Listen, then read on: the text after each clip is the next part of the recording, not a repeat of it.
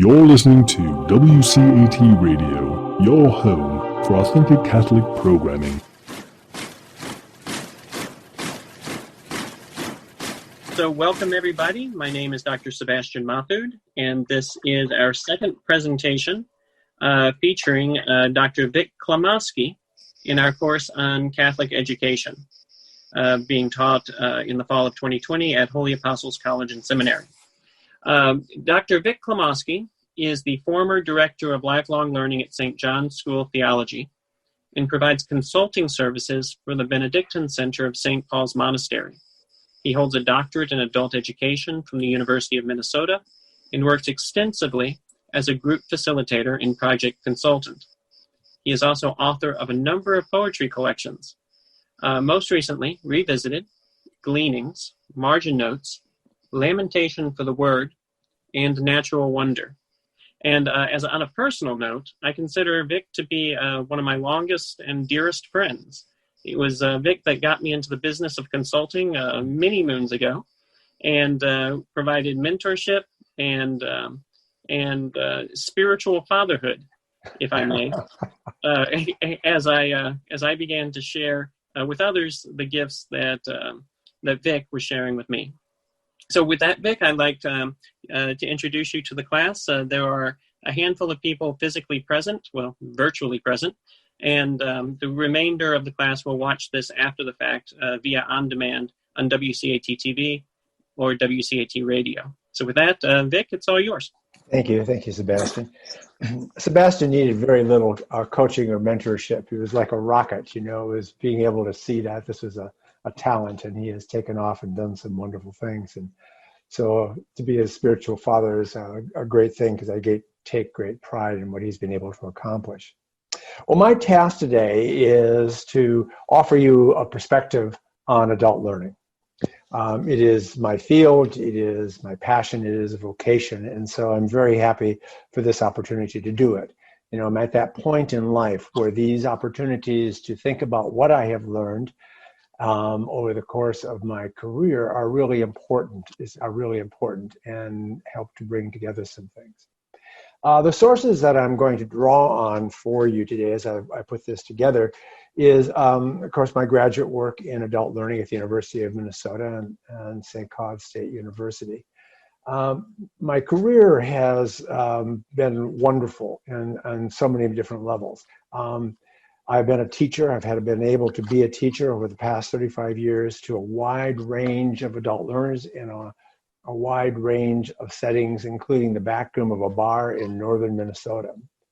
I have been, as Sebastian said, a consultant, and for a good number of years worked with faculties around the country on issues of teaching and learning. There was during the 90s, early 2000s, faculties were really interested in engaging questions about learning, and so I had some opportunities in like 35 schools, different schools, Catholic and Protestant, of sitting with faculties and listening to their stories and talking with them and learning with them about what it means to teach adults in these varied settings.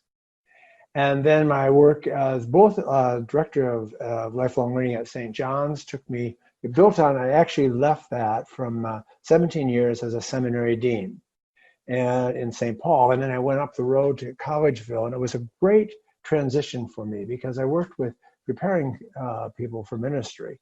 And at St. John's, I had a chance to work with people who were in ministry, helping them to draw upon, again, their learning and their experience. So that's my data pool. There are two sort of dynamic processes that have been instrumental to me as I've worked on this stuff, and that is reflection and intentionality. A lot of what happens, it seems to me, in educational research is best done not in a laboratory, but with working faculties and with learners. And so I've had those opportunities, and I've noticed that by paying attention, by really observing and listening and asking good questions, is that a tremendous amount of insight emerges from that.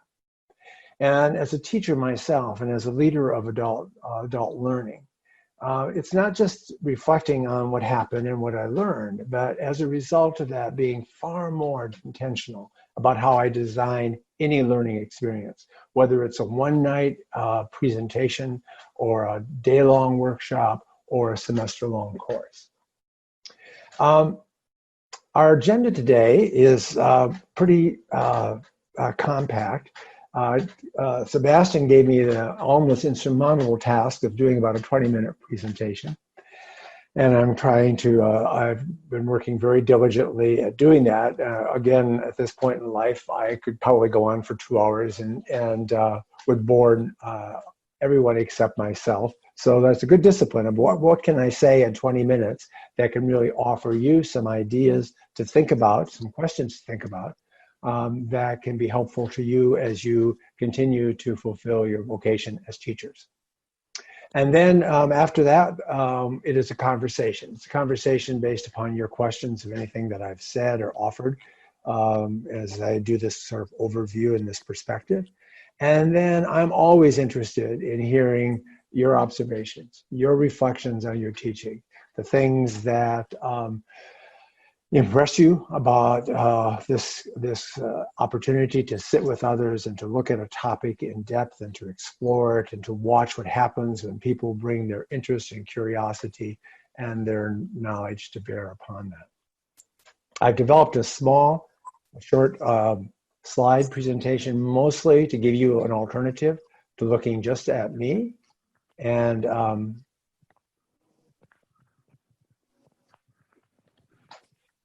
there, okay. So the first thing I'm going to do is to ask you to do something, of course, and my reflections are going to be based upon these 4 different elements that I think are important aspect of adult learning, of learning of any sort. And what I'd like you to do, just very quickly, you can do it in your head, you can do it on a piece of paper, is to put them in order of priority. When you think about your experience and your approach to teaching, where do you tend to put your primary emphasis? Are you looking for a response, Vic? No, I'm sorry. That would be something that I'll talk about later. This is just to get you thinking about, because I'm going to talk about these, and I want you to have some notion of how you prioritize them, because I will show you now the model. So when I was working on this past week, and I did this, I thought, well, people might think, well, you're too afraid to say which is the most important. But it is a genuine reflection of how I approach these 4 key elements. Is that if someone would say, well, what is the most important? I could not make a choice.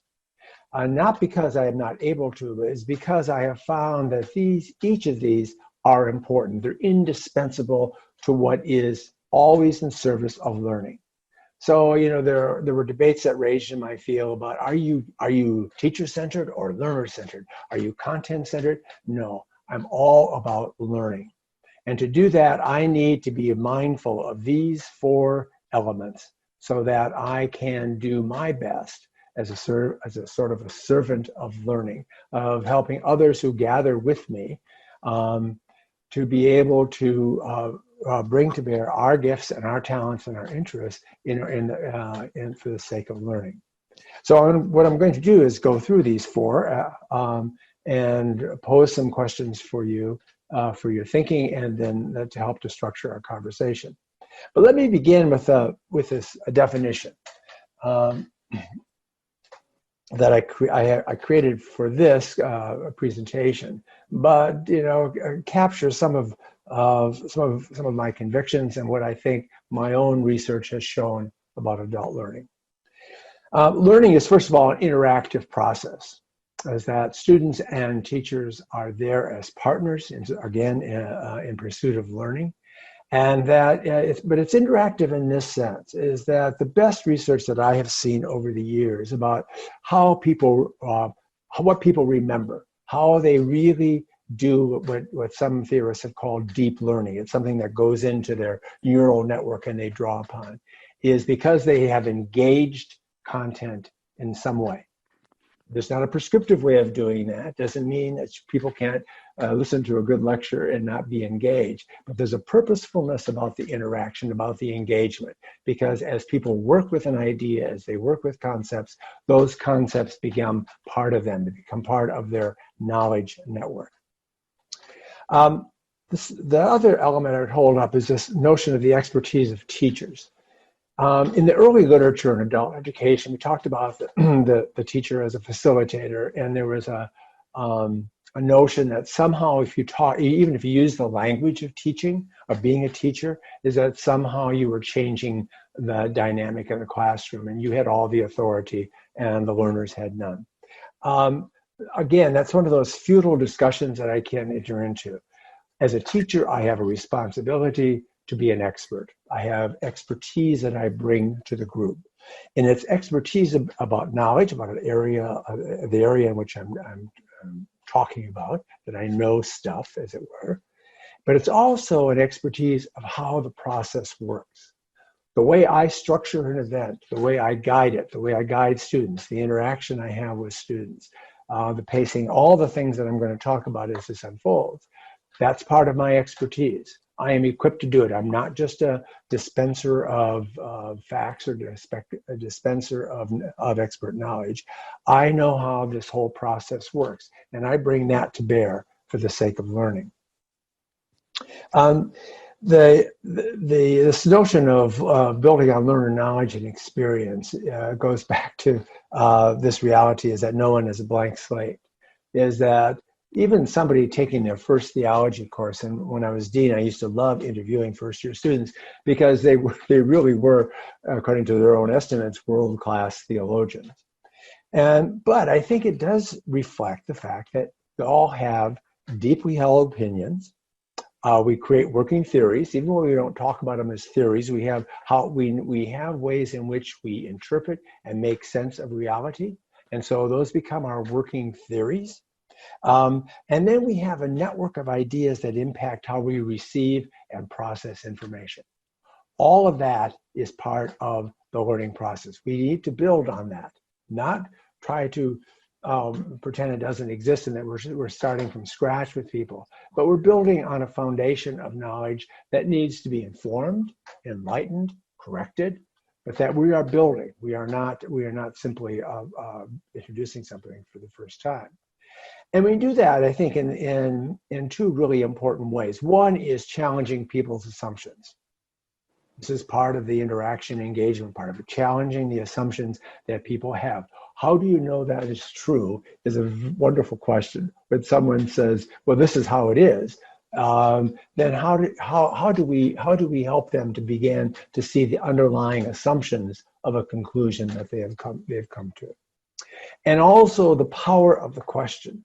The master teachers for me, who have been my best mentors, who have been the best models in my association with faculties, have been the people who are really good at asking questions. Because it's in the asking of a really good question that people begin to move past their biases and their limitations and begin to embrace new information.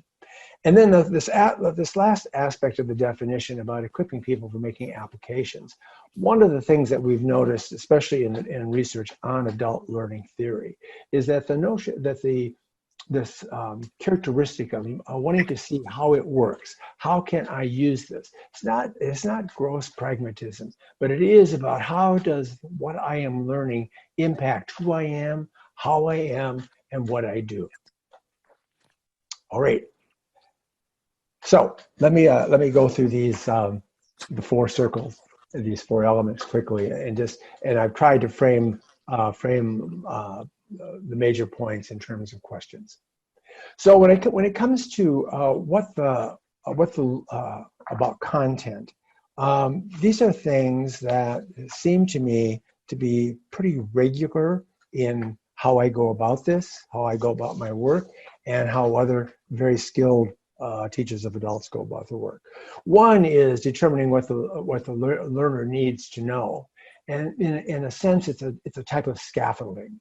How do we take a body of knowledge that we're going to cover in a course or in a workshop, and figure out what we need to do so that people have a way of progressively moving forward into an idea. And sitting back, it's part of the work we do with outcomes. Those of you who have been engaged in this wonderful work of outcomes assessment, but of creating outcomes, of what does the learner need to do, because there is not an infinite amount of time or space to do everything. And so we have to make some decisions. And we make those decisions in a way that progressively moves people deeper and deeper into a topic area. The second aspect of that is about the importance. Why is it important to the learner? And this has to do with motivation. How do we tap the motivation that brings a student to the study of a particular topic? I don't care if it's a required course or not. There's a motivation there to do something more than just sit blankly before a screen or in a classroom and take down information. And so thinking ahead about why this is important to the learner, why it should be important to the learner, helping the learner to identify for herself or himself why it's important, is a way of really tapping into the power that motivation plays in disposing adults to move into new learning. The third question is, how does it connect to learner? I got to move something here. Learner knowledge and experience, again, refers back to that notion that we are working with people who bring incredible experience and knowledge to a learning event. It may not be specific to this particular class in Bible or church history, but it is knowledge that is important to them, and it is experience that has shaped them. And the extent to which I can build a bridge between the content that I'm going to be advocating and bringing to them and what their life experience and their knowledge teaches helps to enrich the overall learning that will happen. And then, of course, I'll come back. You'll see this a number of times. I need to think, as I'm putting together a course, how might the learner apply it? And again, it's not about building something. Application has very broad use. How can the individual use it as they think about their lives, as they think about the work that they do, as they think about their relationships, right? How they think about the next course they're going to do. The application factor helps them to realize that this is not just a theory, but that it has vital importance for the practices that they'll be under. So then we go over to the learner and thinking about the learner. And in my work, I do quite a bit of work with the Blandin Foundation here in Minnesota with leadership education for small town rural areas. And one of the things in designing learning for the foundation, a key question has always been, what do they bring to this learning experience? And it's a good reminder again, is that we're not working on a blank slate, but that what do they bring? What are they bringing? It may have nothing to do with the course that I'm designing or the workshop I'm putting together, but they are bringing something that is important to them and therefore can be very important to me as I build bridges between what we're going to do and what they are doing and what they know. This is probably the easiest one to do, is to hear what questions they have at the start of learning. It's been most intriguing when I was doing the MDiv integrative seminar at St. John's College when I was on staff. Spending the first night just listening to asking what questions they have as they consider the various topics that they took on for this integrative process was really intriguing, and it really helped me then to tailor what I was going to do, making sure that I connected with their questions, because their questions are one of the ways are the things that dispose them to both the reception and the processing of new information. This third question, how do they prefer to process new ideas, refers to all the learning styles material that's out there, and it is legion. I realize it is legion.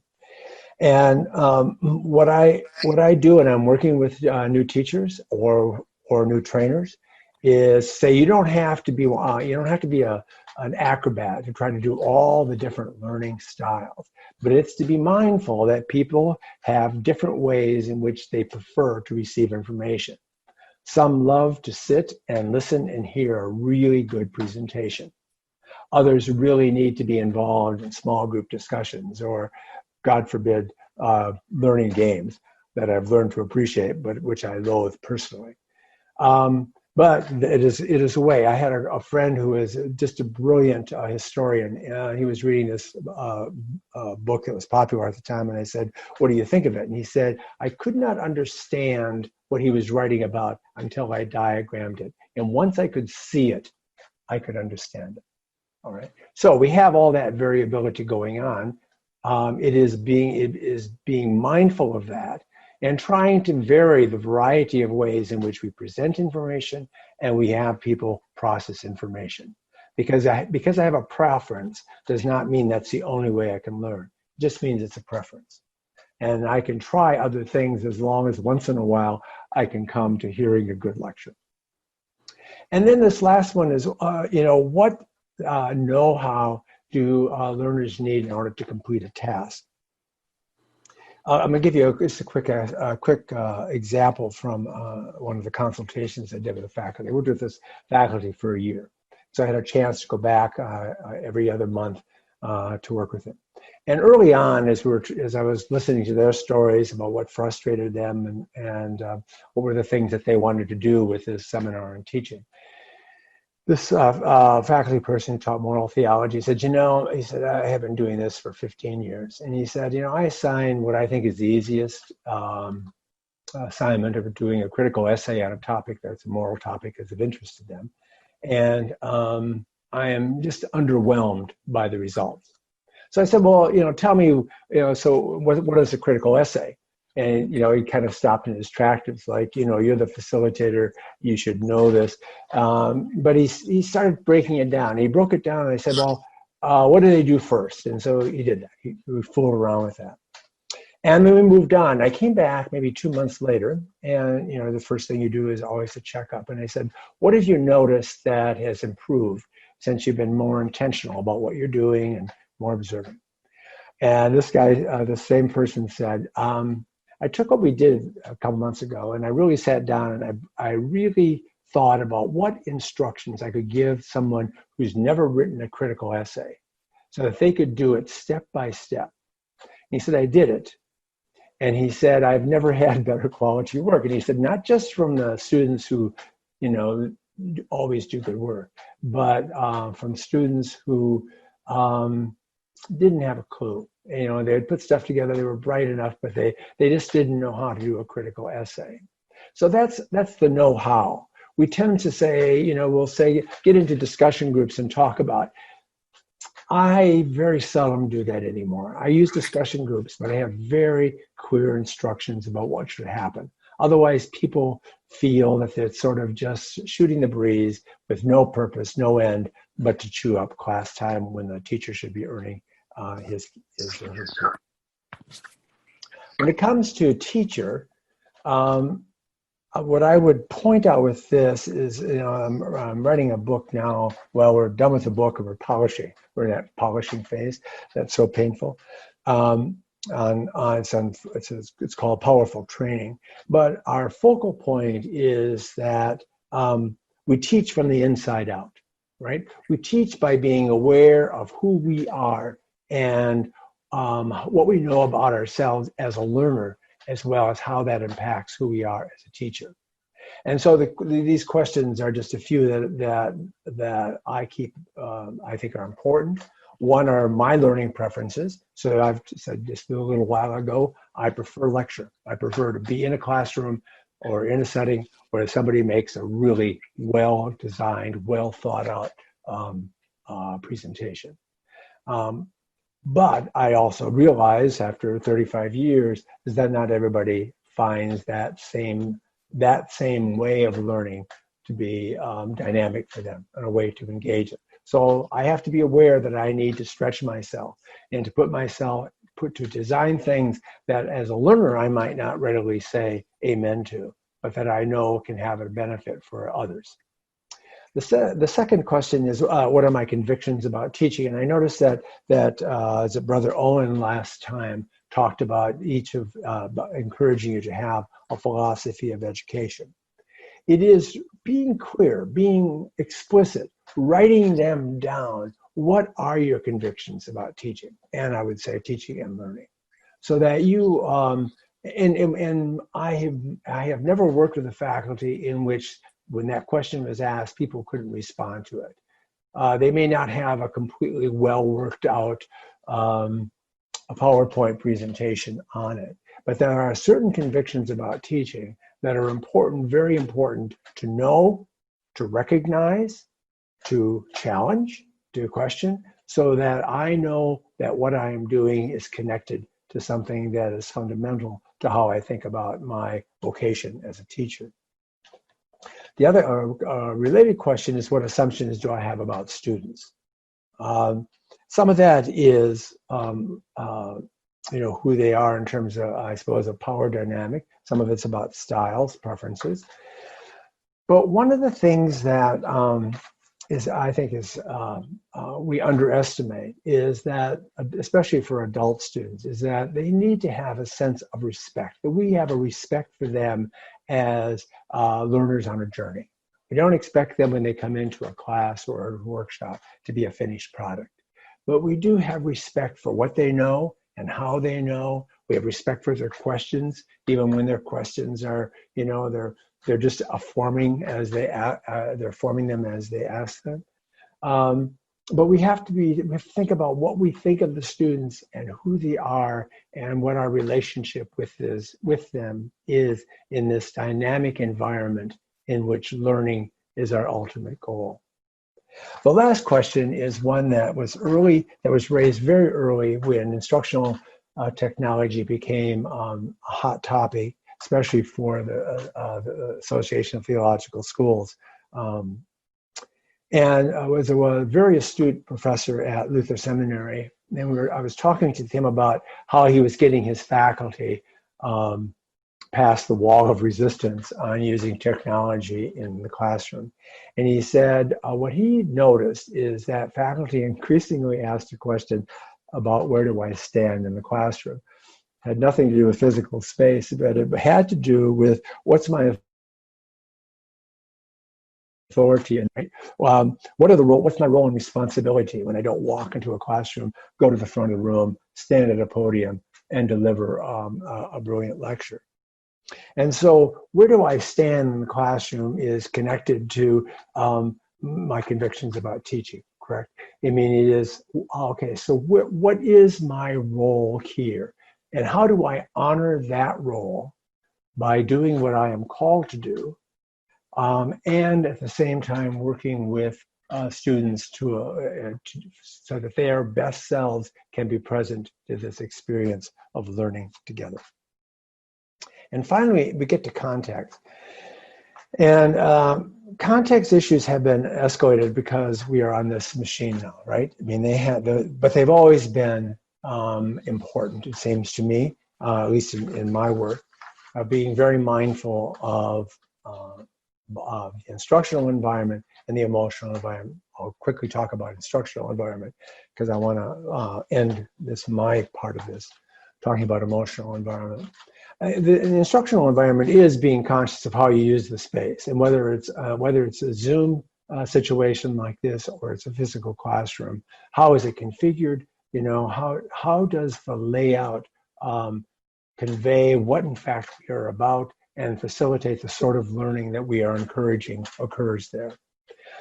The idea of technical facility, again, whether it's using Zoom or it is using machinery in the classroom, is that it runs in the background. It is not the focal point, so that we have that sense that everything is controlled by technology. No, everything is controlled by our quest for learning. And technology is a tool, it's a resource that's there. And so part of our attendance to the environment is that we become as adept at using it as we can, and trying to ensure that we can use it as flawlessly as we can, and to realize that there will be glitches. And so that it's not about being perfection. It's about being able to make sure people are comfortable that when it doesn't work perfectly, no one will actually die. And so that doesn't become an obstacle. We become helpful to one another. One of the groups I work with talks about helping one another in this new technological age. And it's wonderful when you're working, teaching online, is that if you don't know what the problem is or how to fix it, there's someone in the group that can.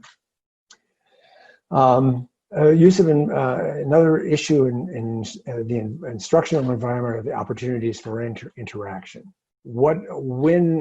How can I use this space to give people opportunities to have significant encounter with others and to have a significant conversation with others about the topic? And then the final one is about rhythm and pacing. I took an online course, 8-week course, a march to hell, I would say, in retrospect. And one of the reasons I had a negative reaction to it was on Zoom, it's 2 hours, is that almost every session, it was a team, a male-female team, the guy would say, yeah, we're going to give you stuff in a fire. This is all going to be fire hose. But, over time, you'll figure out what we're talking about. And I'm sitting there as an adult educator saying, why would you tell me that you're going to overwhelm me with data, with information, and that somewhere along the line I'm going to sort it out? Rhythm and pacing says, I've got an hour. I've got to do this. I can do this in an hour. I can't do all the rest of it. I'm going to have to make some very hard choices for the sake of learning. And then pacing is not just about breaking up people, breaking into small groups. It's providing space. There is nothing wrong with pausing and asking people to reflect for 5 minutes. It's a long period of time. And if that makes you uncomfortable, you can make it a minute. But a chance to reflect, chance to write, a chance to step out of what's going on and really having some space to process it. That's what I mean by rhythm and pacing, is to see that it's not just a sort of a straight line, not the fire hose. The fire hose is a great negative image of it. I just turn on the fire hose, I give you stuff. And you're impressed that I know all this, but it really doesn't contribute to our ultimate goal, which is learning. And then finally, this emotional environment. Oops, sorry. There's some things that provide a climate that dispose people to learning, to bringing their best self, their best skills, their most openness. And these are the ones that I believe the literature affirms, but my practice says make a strong contribution. One is is this notion of hospitality, but of creating a sense of welcome. One of the interesting pieces of research that was done quite a while ago, but I have been verifying it all these years, is that in a group of adult learners, there's always going to be one, and there's more than one, who is going to say, I'm not going to say much because I'm probably the one person who shouldn't be here. Everybody else I've heard from is smarter than I am, and their backgrounds are more interesting. And so attending to those welcoming functions when a class gets started and being attentive to that as a class unfolds, again, whether online or in person, is really important to provide a place where people know that they're welcome, that how they see the world, that the questions that they have, the perspectives that they bring are unique to them, and that they're valued by the group. Connected to that in a way is the question of safety, is that if in fact asking questions, of hearing ideas and working with ideas, and then to be able to ask a question as a learner that's not quite perfect. I had a faculty colleague when I was a dean who told his classes regularly, I could not break him of this, you may ask a question, but make sure it's properly phrased. He never told them how it was to be properly phrased. It was, he didn't want questions to interrupt his lecturing. If people feel intimidated, if they feel that they're going to be shamed, if they feel they're going to be somehow put down, they're not going to ask their questions. And very often in their questions, even when they're in process. They're not quite there yet, but they're getting towards it.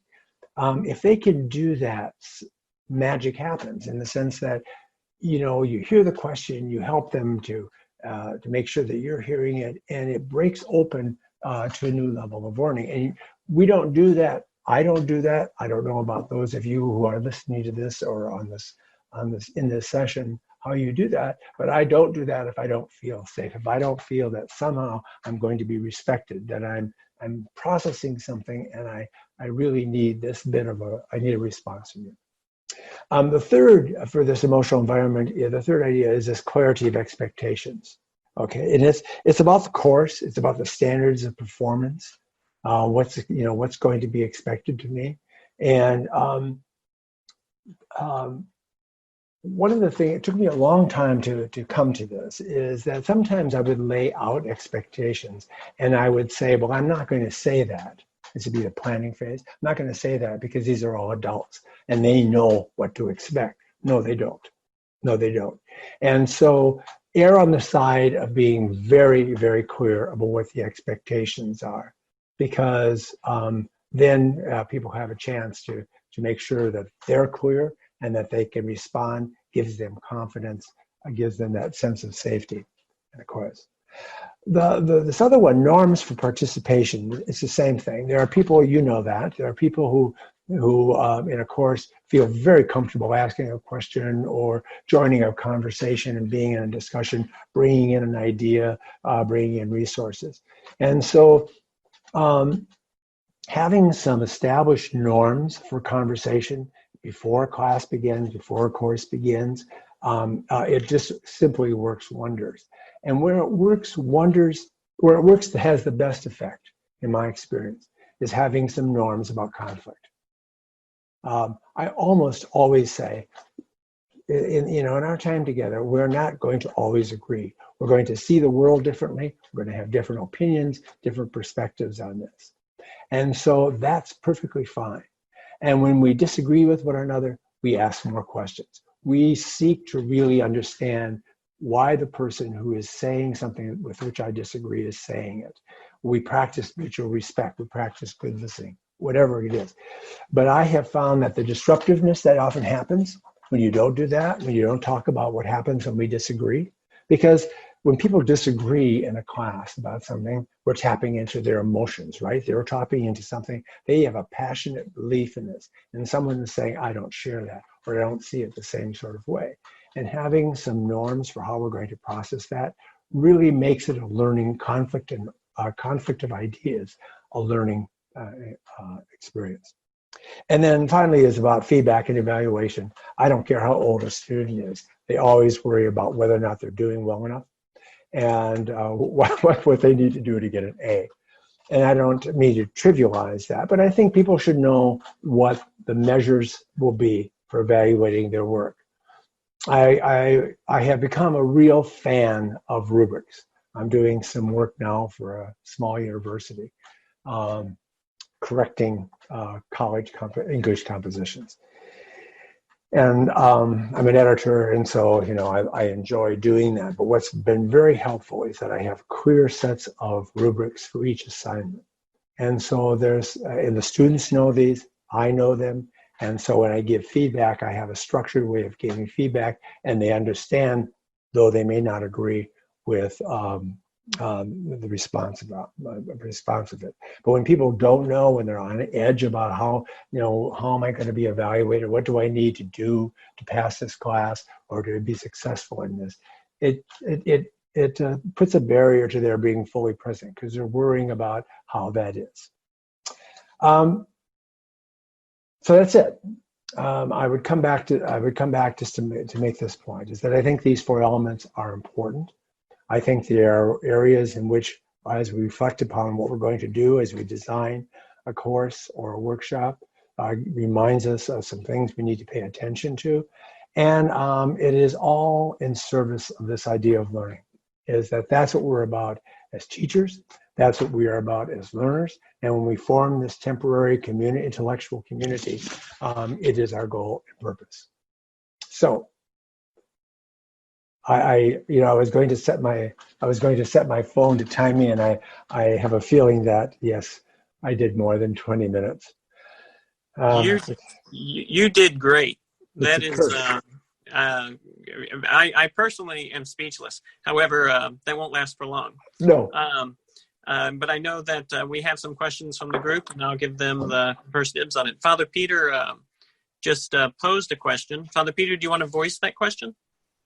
Sure. Can you hear me? Yep. Oh, great. So is it appropriate to incorporate short moments of, I really like what you said about pacing.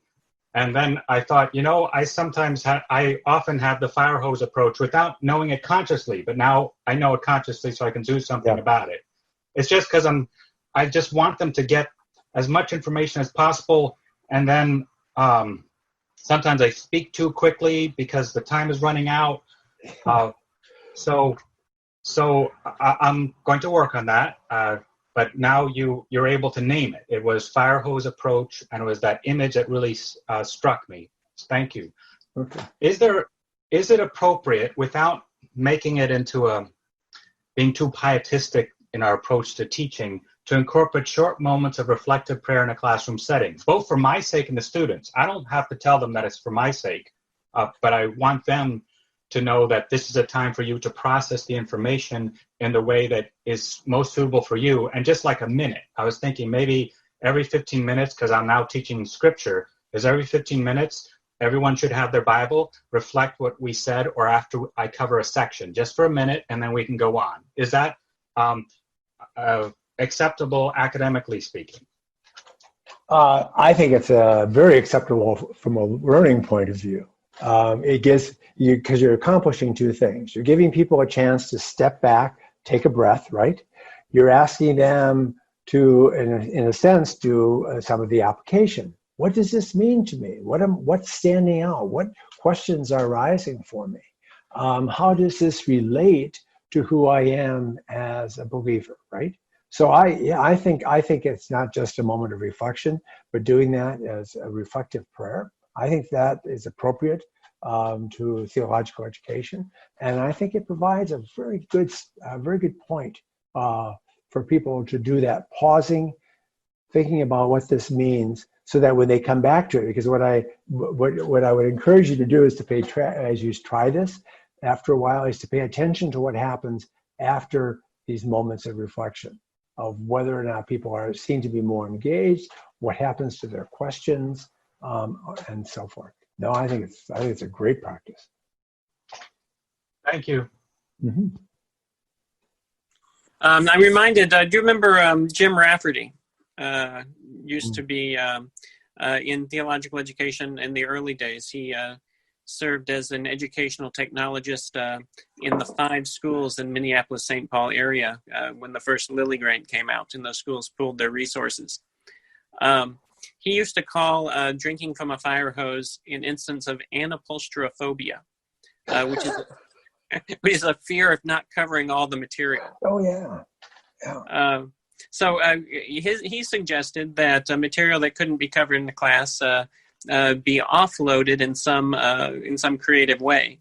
And, one way would be that classroom flipping that we heard so much about 5 or 6 years ago. Where the students have access to the lectures outside of class. And then when they come to class, the teacher actually has the space and the time to engage them more meaningfully, because he's not worried, or she's not worried about missing material and not covering all of it. What do you think about? I know that we talked earlier. The mode isn't what we're a slave to.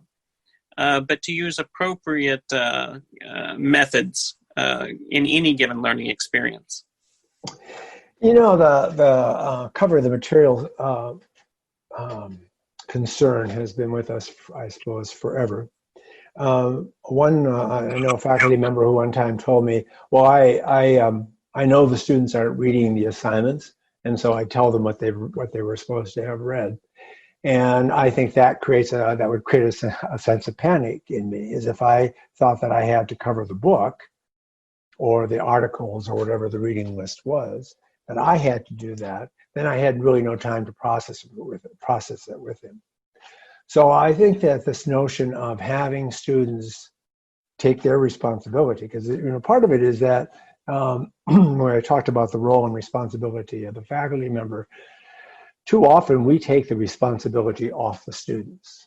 If in fact students are coming together with an expert, a knowledge expert, and they've heard a lecture, or they have done the reading and they have had an assignment to somehow process that time with the expert is lush, right? Because they can begin to ask questions, and he can begin to bring things together and to emphasize things that maybe nobody gets, or realizes that he or she does not have to cover something because everybody does get. And so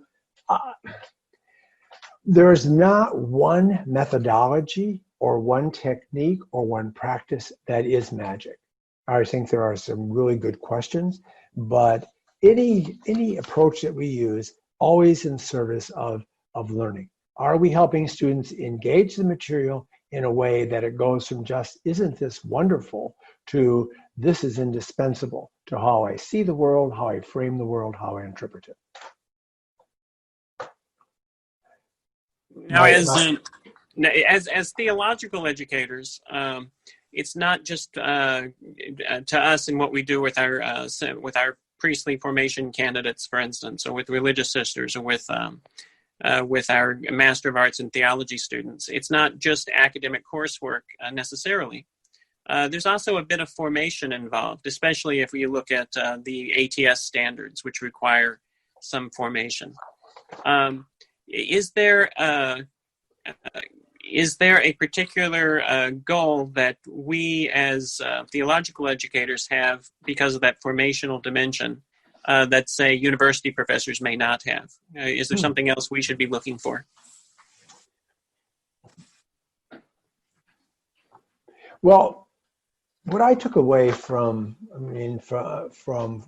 my work with people who are doing formation, and some formation that I did as well, it was all about the quality of relationship, right? It's the quality of relationship. It is being able to establish a relationship with someone in which they feel seen, they feel recognized. And that opens up then areas for conversation and reflection that otherwise may remain closed, but it's just that we meet on this plane, but it's only about ideas. For me to know you, I need to know you. I need to see you. I need to be able to hear you. I need to hear you say dumb things. Need to hear you say things that aren't really well considered. Because in that process, I can help you then, by asking questions, by helping you to get underneath some of your assumptions, I can help you to expand with that. I'm sort of blathering on, but I do think it is. I think in a theological education, for a theological educator, it is about the effort to develop and sustain quality relationships, because the study of theology is a soulful act, right? It's a very tender act. It is going to the core of who I am. And I can't think of any faculty member that I've ever worked with who does not want students to engage that seriously, thoughtfully, prayerfully, who wants it to become more than just idea, that they're very smart and they can recite the answer. They want the answer to be transformative. And that's not going to happen just by having information. It's about knowing that there is someone who is really concerned that I'm doing more than just getting the right answer, but that I'm thinking deeply about what that answer means for who I am as a person. Does that get close to a response? It does. Well, the real takeaway there is relationship. Father Michel Legault, who taught philosophy at Holy Apostles for a very long time, used to always say, if you want to teach John Latin, you must first know John. Perfect.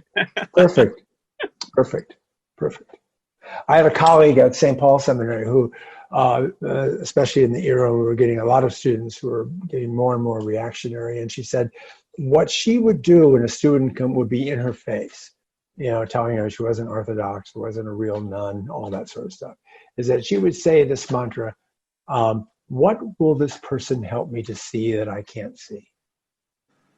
And I thought it was, and she practiced what she preached. And I saw her do that with students who would be angry or students who were just so sure that they were right and she was wrong, is that in her head she was saying, okay, I need to listen because I might learn something here. I can learn something here.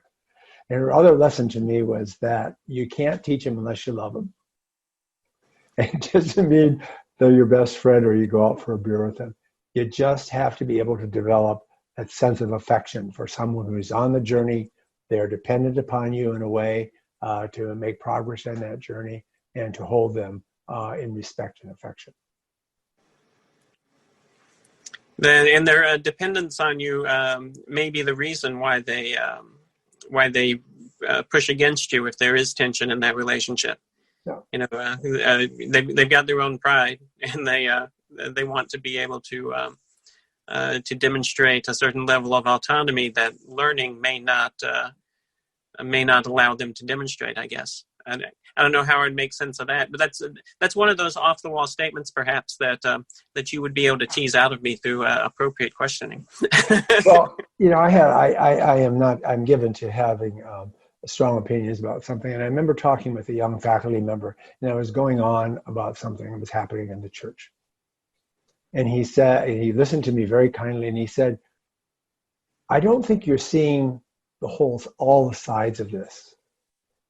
And so he didn't say, you're going off on a tear. He said, I don't think you're seeing all sides of this. And he offered me one or two other pieces of information that actually made me realize that I really had come to I don't want to say a false conclusion, but an inadequate conclusion. And so he did that because, he wanted to have a relationship with me as I wanted with him. And because there was more work to be done, right? There's more work to be done. And so the flip response we give to a student who's being sassy or flip himself or herself, who's being indignant, we can win that war. We can put them in their place, but we haven't built that relationship that says, take a risk. Ask me the difficult question. Tell me what your assumption is. Tell me what your conclusion is. Tell me why you think your opinion is golden, because I'm going to receive it. And I'm going to help you think about it. I'm going to think with you about it. We all hopefully have had those sort of teachers in their lives. I probably have had, I think real quickly, maybe 3. And they made all the difference in the world in terms of my intellectual development and in one case, my spiritual growth. It is that it was one of my faculty teachers at St. John's when I was a seminarian a couple hundred years ago. And I'd bring my questions to him, and he would just ask me 100 questions before he would tell me that I was full of beans. He just had a way of helping me to think it through and to position what I knew and then find out what I didn't know. Those are wonderful, and I think that's how good formation happens, as I understand it, and I think that's how good intellectual development happens, at least from my experience as well. Well, let's ask. We still have a little bit of time, which is enough for me to ask another couple of questions. But let's see if there's anybody else in our group who has anything to ask. I know we've got others in the room.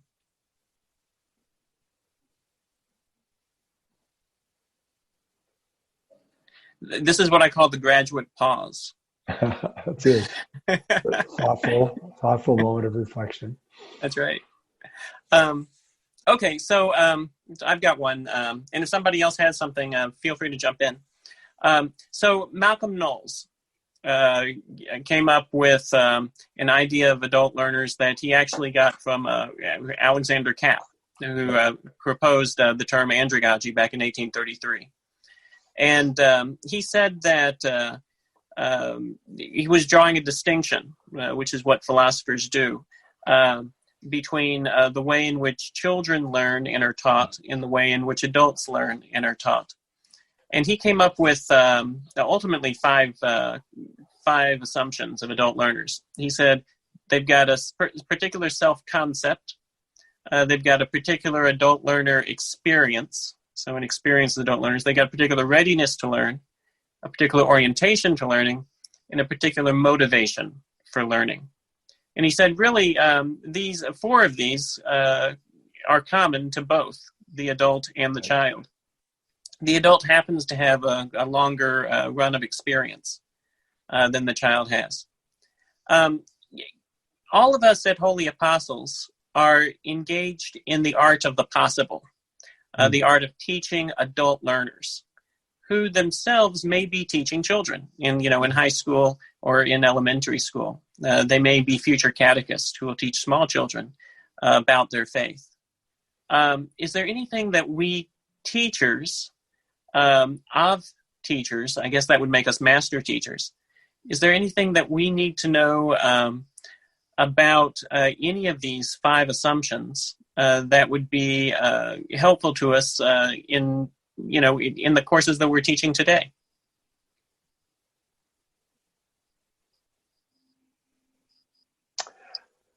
Yes would be the simple answer. Yes, there is. I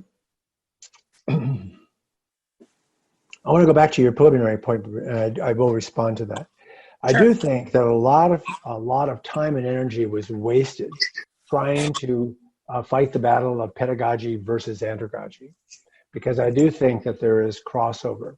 That I would still say that I'm always concerned about good pedagogy, and that my audience is adults, and so andragogy is a way in which I broaden that. I think there's a sixth principle that's attributed to Knowles that wasn't on your list, and it's that adults want to be respected, and I'm going to use that as my leverage point. Sure. Because I'm just looking at my list here, because they are self-directed or have a penchant for self-direction, knowledge, experience, goal-oriented. They want to be recognized as an individual. They're not just a student in a herd of students, but they are Jack or Joan, and they are coming to this with a wide variety of motivations.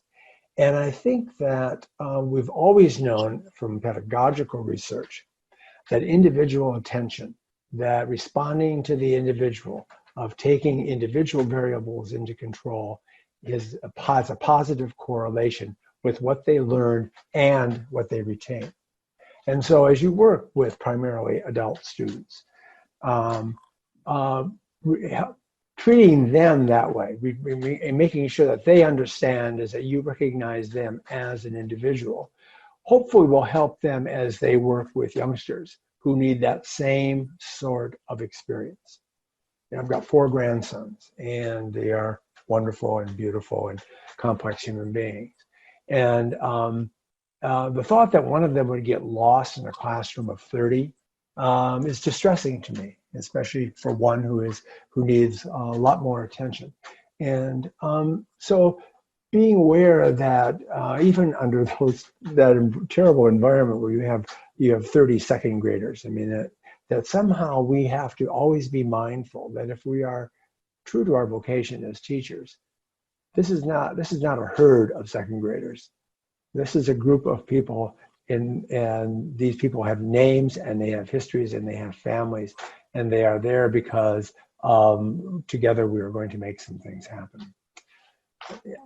I just think that my success in my work has been by effort and maybe by disposition, is that I have always tried to make people feel that I am present to them and that I am concerned about them, not the big corporate them, but I'm concerned about them.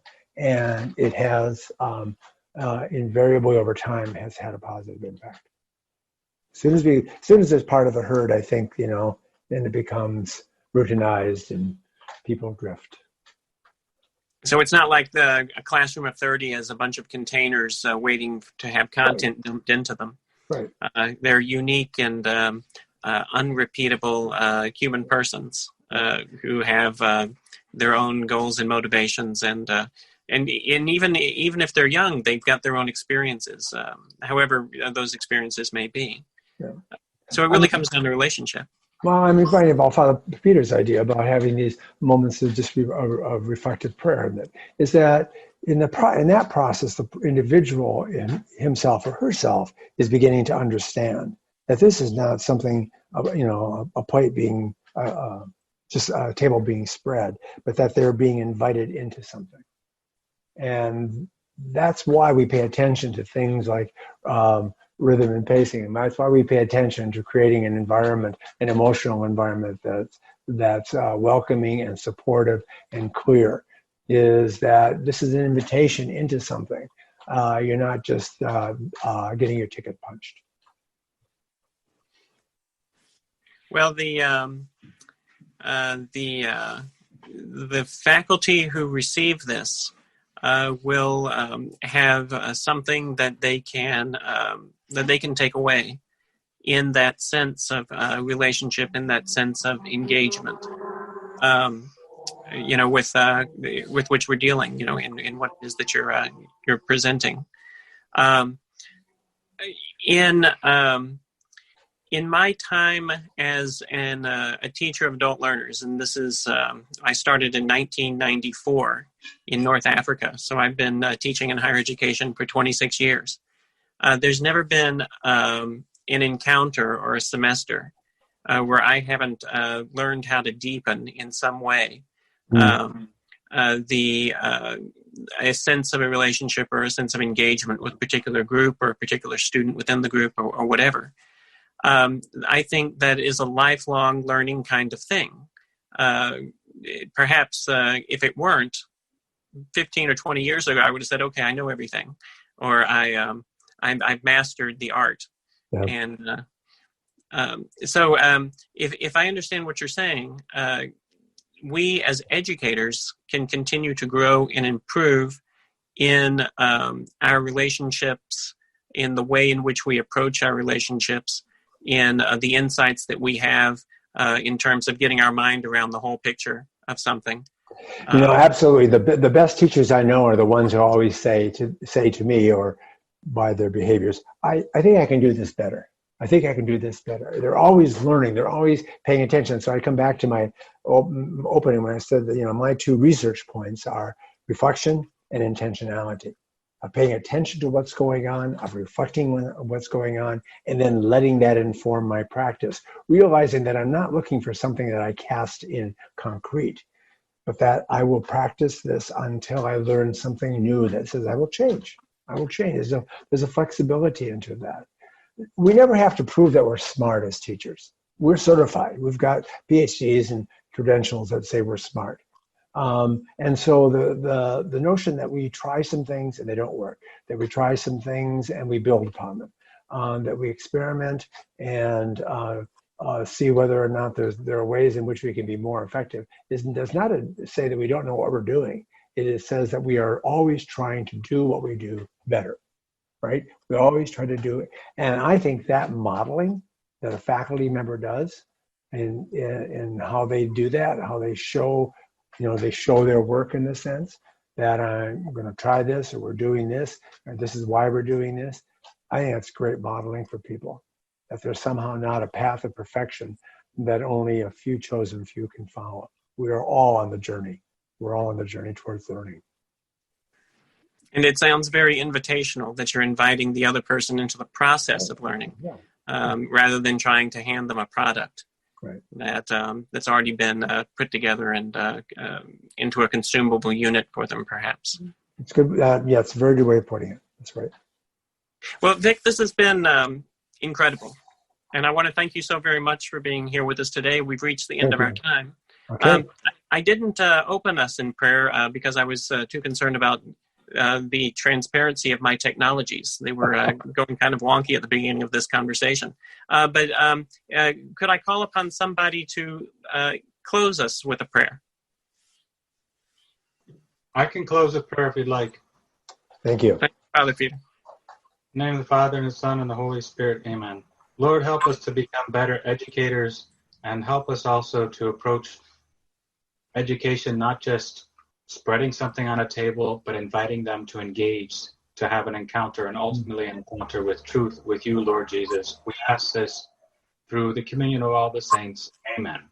Amen. Thank the Father, Thank you. and the Son, and the Holy Spirit. Excellent. Amen. Thank you, Father Peter. And thank you, Dr. Klimoski. That was Thank you. truly great. Thank you so Wonderful very much. invitation. Hello, God's beloved. I'm Annabelle Mosley, author, professor of theology, and host of Then Sings My Soul and Destination Sainthood on WCAT Radio. I invite you to listen in and find inspiration along this sacred journey we're traveling together to make our lives a masterpiece and, with God's grace, become saints. Join me, Annabelle Mosley, for Then Sings My Soul and Destination Sainthood on WCAT Radio. God bless you. Remember, you're never alone. God is always with you.